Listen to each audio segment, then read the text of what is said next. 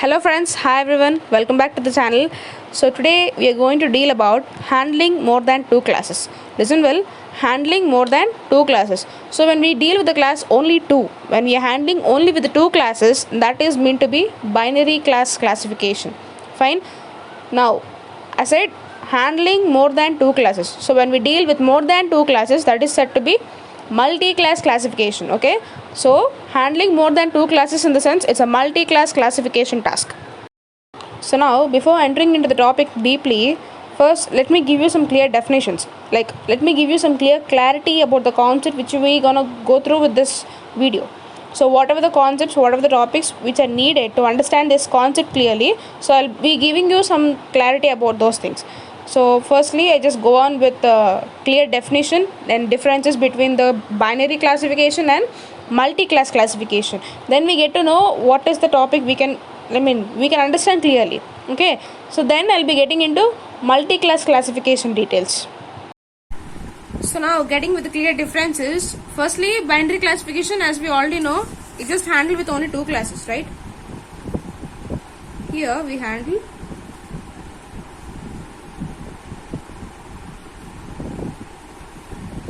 only with two classes, whereas in multi-classification we need multi class labels, right?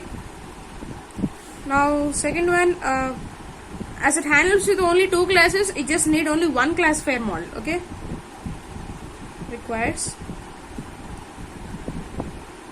one classifier model. So in multi-classification, classifiers will be depending upon the classification technique we use. Okay, so it requires number of what called classifier models, number of classifier models depending upon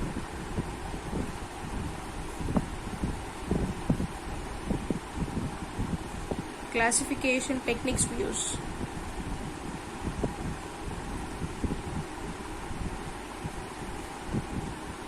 Fine. So the third clear difference is so to solve the binary classification and to derive the result, to understand the things properly for the binary classification, we just need a confusion matrix. Okay, confusion matrix is more than enough to solve the things of binary classification. Now to solve the multi-classification problems, we have two heuristic methods, two strategies called one is one versus rest, which is also known to be one versus all, and other is one versus one. Fine. So these are the two strategies which are required to solve the multi-classification problems. Okay. Now the best example for the binary classification, here we just have to check with the things like if the email is spam or ham, as we already know these things, right? Spam or ham, the thing is positive or negative, is yes or no, deceased or undeceased, as we already know them, right? Now the best example for multi-classification is we have to clearly predict the thing, whether the fruit belongs to which class. Like, is it an apple, is it a banana, is it an orange, is it a kiwi? Like, we have to derive the thing, because in multi-classification we will be having multi-class labels. According to the multi-class labels we have to derive the things, right? That is what the clear difference with binary classification and the multi-classification. Now considering the same example, this fruit example, in the case of binary classification, then here we just have to say either the model of binary classification have to derive according to its training data, either the fruit belongs to the apple class or not, right? So if it is an apple, it says yes, then the answer remains 1, positive case, right? And if it is no, it remains 0, it just ignores, and then remains negative case, right? So whatever the thing in binary classification, we have to predict the answer like like answer will be either of the one according to which, like we just considering only two classes, we'll be having only two classes. Among the two classes, answer will be either of the one, right? But the multi-class classification, as we deal with multiple class labels, we have to clearly derive what is what exactly, right? So firstly, the main definition is we just only have the ability to train only for two classes. Okay, we only have the ability to train under only two classes. But so what if the case when we have multiple class labels? That is what our aim, our topic, handling more than two classes. Fine. So now let's go with the topic deeply. So now getting into this again, classification predictive models will not support all the multi-class classification tasks. Fine. So the good example for that is we'll be having some algorithms like algorithms of binary classification, perceptron, SVM, logistic regression. Fine. So these type of algorithms, they just only support for, I mean, they can handle only up to two classes. They are not meant to support for multi-class classification problem. Okay. So they are just designed for a binary classification and they do not natively support for multi-class classification tasks. So now the best approach, the only one approach which we have, so clearly listen to the point. The only one approach which we have to solve the multi-classification problems using the binary classification. Okay, so clearly to solve the multi-classification problem, again we use the help of binary classification things only. Okay, so the only one best approach for using the binary classification algorithms for multi-classification problems. Okay, so to deal with the multi-classification task, we just split the multi-classification data set. Okay, okay, the approach is the data set of multi-classification.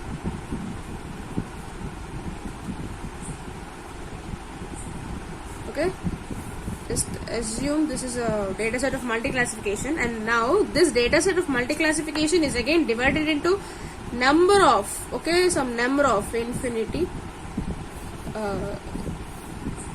number of each binary classification. Okay, so on like this. Fine. So hope you get my point. ikkada multi classification problem solve చేయాలన్నప్పుడు మనం again binary classification problem like దీని help తీసుకుంటాం. So ఇప్పుడు multi classification task యొక్క data set ని మళ్ళీ మనం split చేస్తాం. Okay, so will be dividing the data set of multi classification into different types of binary classification data set.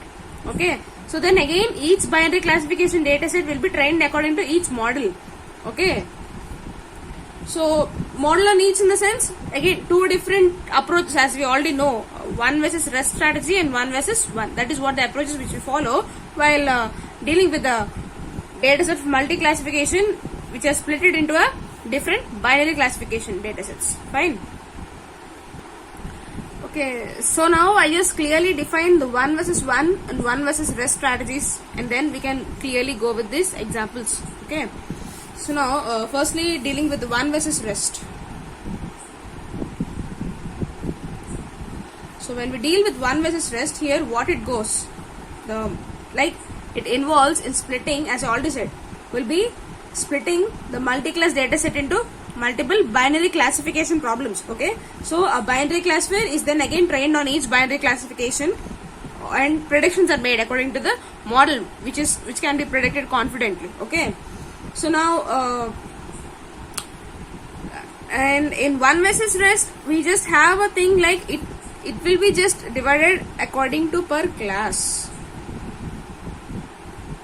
Fine. So like one versus rest only, one versus one also, it will do the same thing. One versus one also, it will split the multi-class classification problem into a binary classification data sets, different types of binary classification data sets. Okay, so as I already said, unlike one versus rest will be like one versus rest, it splits the data set according to per class. Okay, for each class. Whereas one versus one, it divides the, like it approaches split the data set. That means so it will be here one data set for each class versus other class. Okay, here one data set will be divided by each class for other class. One data set for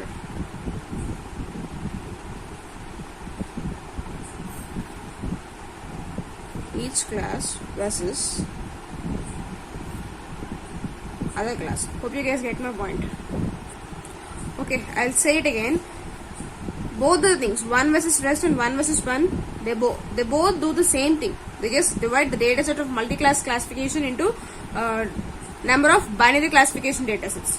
But the difference is, in one versus rest, the classification problem is divided according to class for each class.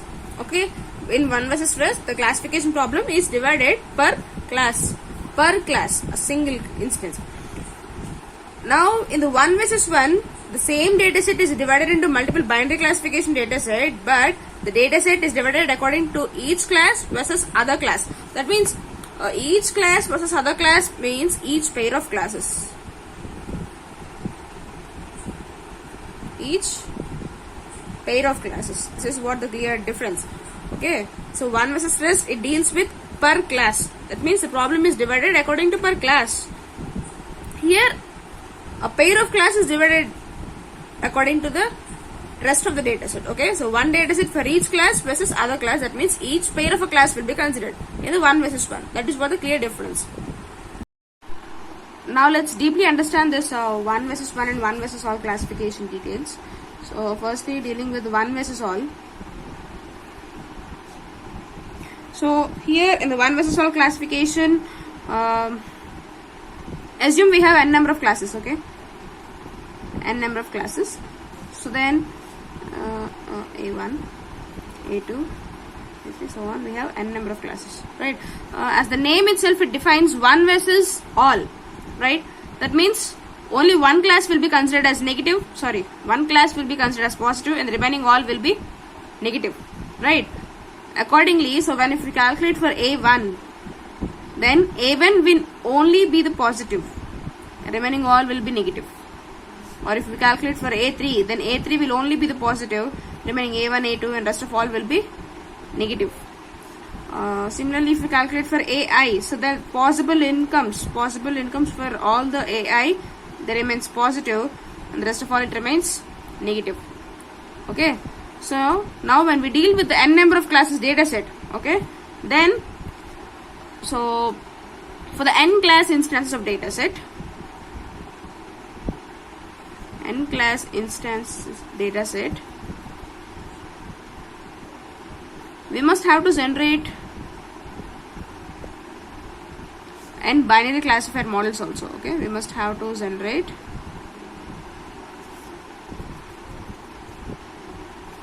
n binary classifier models.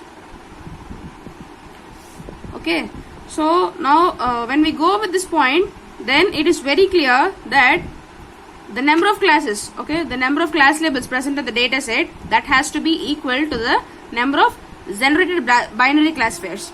Okay, so n class instance data set తీసుకున్నప్పుడు we must have to generate n binary classifier models అని చెప్పాను. So the number of class instances which we deal with, then it is a situation where number of class labels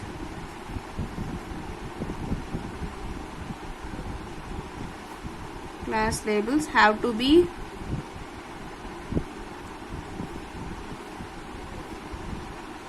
same with the generated binary classifiers, binary classifier models.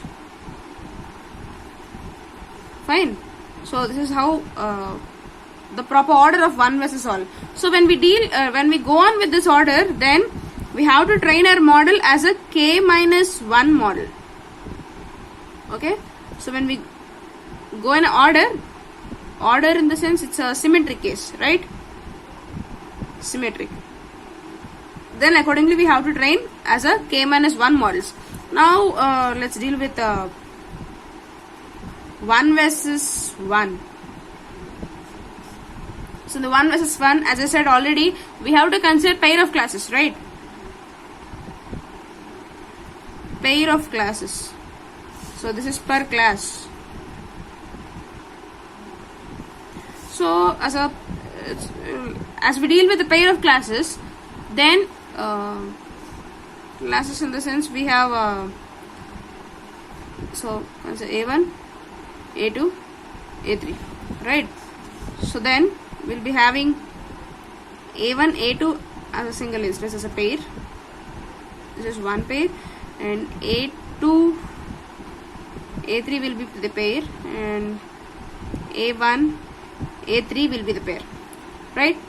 So here we have to consider the pair of class pairs, and here if we follow the order, and well, order in the sense it's a symmetric case, and if we do not follow the order, that is a asymmetric case, right?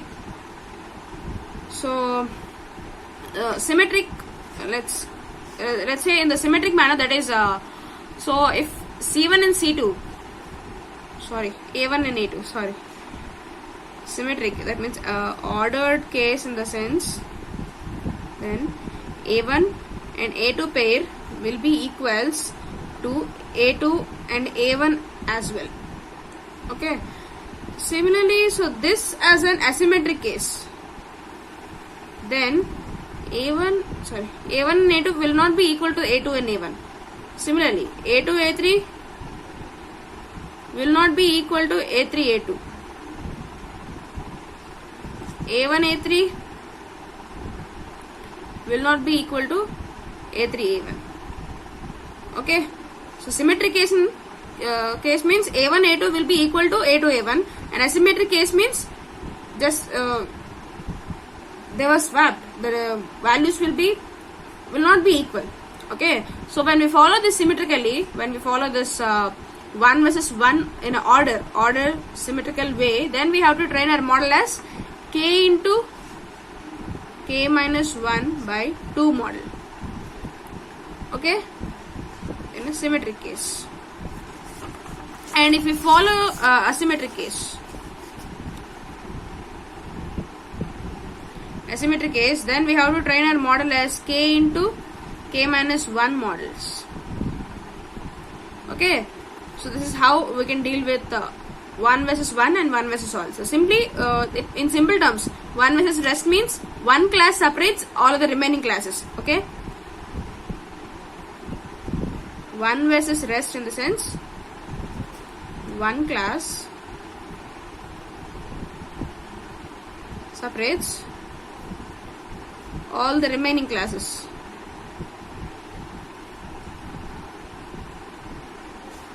Okay, whereas 1 versus 1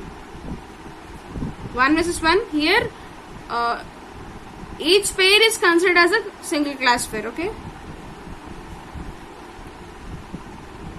each pair is considered as a single class pair. Fine, but here we have a problem. Okay, problem like with the 1 versus all approach, the multi-class classification, problem like we can say we often have some imbalance with the different number of subjects when compared to the rest of all subjects, right? So imbalance in the subjects in the sense, so when we compare to the one subject versus all other classes, so one subject is of one class and all other classes remains rest, they are simply ignored, right? So for example, if you have 100 easy level subjects, 100 intermediate level subjects, and 100 advanced level subjects. So now considering with these three cases, as 1 versus all approach, it says like you only have 100 easy level, that means it is again ignored with rest of the double of the subjects, right? So the model is only trained for 100 easy subjects and the rest of the 200 were left, right? So when there are less examples for a model to train on the model usually doesn't predict as well on the things, right? It could not predict the thing. Instead, if you feed like for the particular model, if you feed a tons of examples for a class and a very small amount of examples for other classes, okay, so then guess what it happens? It will not predict according to things on the other classes, right? It may, like, things may not go well. So when we go back again to the 1 versus 1 approach, here it might be better to do the predictions on the pair of classes. Pair of classes in the sense that is what the main advantage with the 1 versus 1 class pair. So in a 1 versus rest, as we consider only one thing and the rest of the two things are ignored, so that according to this class only the model will be trained, and so when we get the other two instances, the model could not predict well. So when we go with the 1 versus 1, so easy versus intermediate, intermediate versus advanced, and advanced versus easy, taking this two as a pair, a single instance. So then this is always the way of having an even number of examples, right? That is what. So according to 1 versus 1, we may say easy. So easy versus intermediate, intermediate versus advanced. So this pair of class to be one instance, this pair of class to be one instance, right? So again, advanced versus easy. This is one instance again. So while going on with the, like, to do the predictions better, all the pair of combinations of classes, so that will be easy as the intermediate versus advanced versus easy, right? So this way of always having the even number of examples, from 100 from one class and 100 from other class, and that sums up with the 1 versus 1 and the 1 versus all in the class pair. So that gives the classification, right?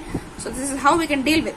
Now let's just consider all this 1 versus 1 and 1 versus rest into a output matrix.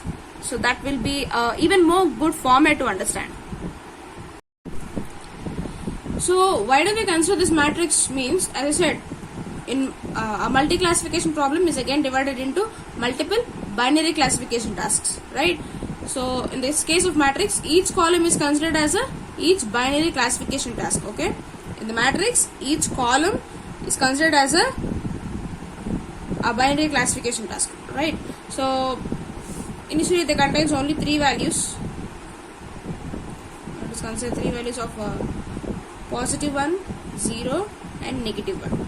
So 3 values are of C1, C2 and C3. Fine. So now let's see how do we represent this 1 versus 1 matrix. Firstly, we just go with the 1 versus 1 strategy. So with the 1 versus 1 matrix, as we have 3 classes, C1, C2 and C3, right? So then C1 and C2 will be one pair of class, C1 and C3 will be other pair of class, then C2 and C3 will be some other pair of class. Okay, so firstly when we consider the C1 and C2 pair, then in the matrix we will be giving the C1 as positive, okay, C1 as positive, C2 as negative, then C1, C2, C3. So C1 as positive, C2 as negative, and the rest is ignored. So it is 0. Sorry, rest is rejected. Then for the case of C1 and C3, C1 and C3 in the sense C1 will be positive, C2 is simply rejected, and C3 will be negative. C2 will be positive, C3 will be negative, C1 is rejected. So this is what the matrix for the symmetric case. Fine. Now again this 1 versus 1 in asymmetric case. Okay. Then C1 and C2 will be differed. They are not equal, right? Differed from C2 and C1. Even C2 and C3 they are not differed, and even C1 and C3 they will also be differed, right? So then the cases will be, so for C1 and C2, okay, mark the C1 and C2 here, positive 1, minus 1, 0. For this, as they differ, then all the positives becomes negatives and all the negatives becomes positives, right? So then the C1 will become negative, positive, negative will become positives, simply rejected, and this next case minus 1. So then it will be minus 1, 0, positive 0, minus 1, minus 1, then it will be 0, minus 1, positive. Okay, so this is how asymmetric matrix will be resulted, as we considered the pair by pair, right? Pair by class. Now moving with the one versus all, one versus rest. So for this case, the matrix will be like C1 will be only the positive case, as we already know. If one is considered as positive, rest all are negatives, right? So if C1 is positive, remaining C2 and C3 remains negative. Okay, so for that the matrix will be C1 will be positive and remaining both are negatives. Okay, so and this negative, both are positives. Yeah, sorry, both are negatives. And if C3 is positive, both are negatives. So this is asymmetric case. It's an unordered case. Okay. Now in the symmetric case,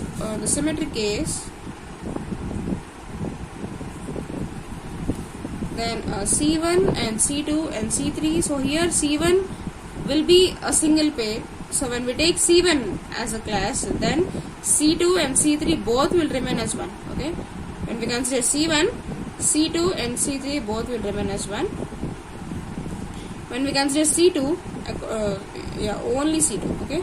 When we consider C2, then we have to ignore C1, reject C1, then C3 only will be the thing. Okay. Hope you guys are clear. So if we consider C2, then C3 will be only the thing. C1 has to be rejected. Then the matrix will be, so C1 will be positive, rest of things are negative. Okay. So in this case here, when considered with C2, then C1 will be rejected. It is ignored. So 0. C2 will be positive and the rest will be negative. So this is the case, ordered symmetric case. Fine. So we are done with the code matrix of both 1 versus rest and 1 versus 1, right? So now our final task. What is our final task? We get a new instance. When we get a new instance, then how to predict that, like, to which particular class it belongs to. Okay. So when we get a new instance, we have to predict to which class it belongs to. So this is what our final task. Okay, and that also will be done by this code matrix only. Okay, so as we know, positive 1 means that represents positive class, and negative 1 means that represents negative class, and 0 is simply rejected, right? So for example, consider the word, if we have the word like I consider -1, positive 1, comma negative 1. This entire thing as a single word, right? Now our aim is to derive to which particular class this new instance belongs to. Okay, for this first we have to fix any one of the strategy to do. We have to fix for either 1 versus 1 or 1 versus rest. Then if we go with 1 versus rest, okay, when we go with 1 versus all strategy, then identify which row matrix to this word matches. Okay, which row of the matrix identified to this word, okay, this particular word. So then when going on the 1 versus rest, then this particular word matches with the C2, right? -1 plus 1 minus 1, -1 plus 1 minus 1. It matches with the C2. But if we consider there is when we consider a match that doesn't properly match, okay, that doesn't properly match the thing, so then we have to choose the nearest distance of that class. So when we go with the nearest distance, how do we calculate the nearest distance? So for example, if the word is -1, -1 and -1, so we don't have this particular word in this 1 versus rest example matrix, right? So now to calculate now we have to choose the nearest distance of this word. Okay, then that will be represented according to that particular class. So the formula to calculate that nearest distance, right here, it will be d of w comma ci equals to the sigma of 1 minus WCI whole divided by 2. Okay, so the formula to calculate the nearest distance.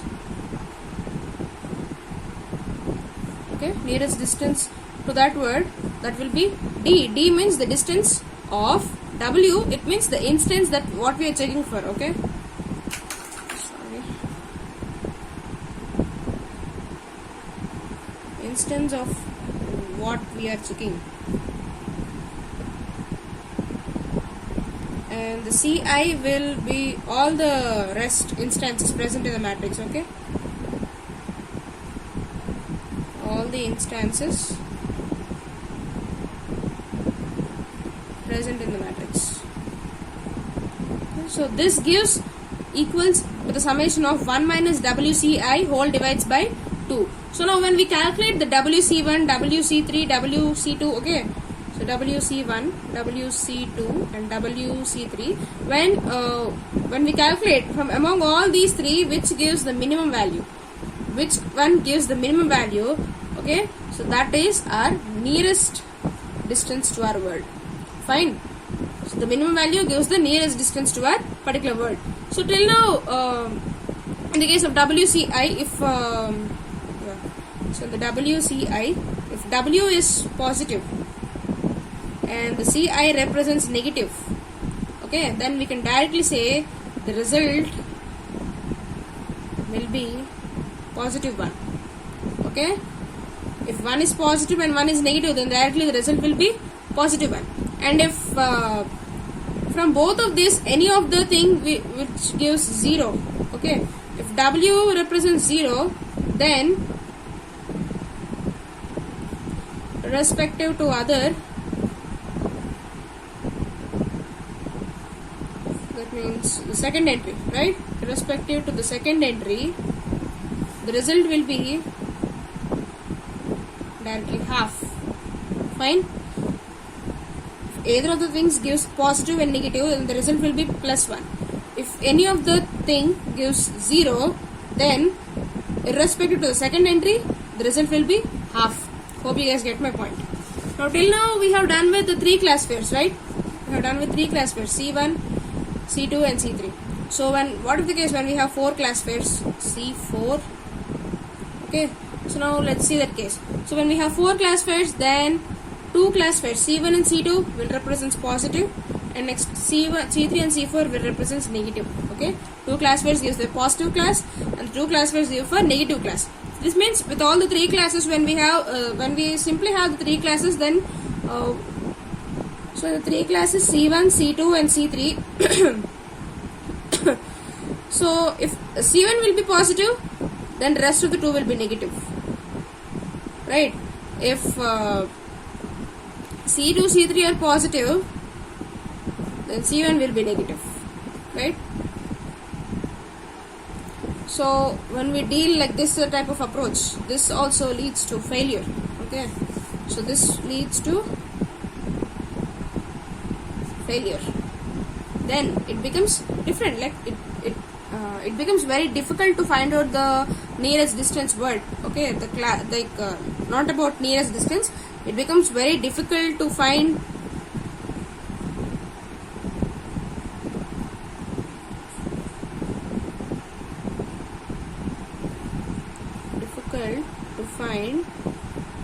to which class actually, sorry, so this is what the right thing, to which class the word belongs to.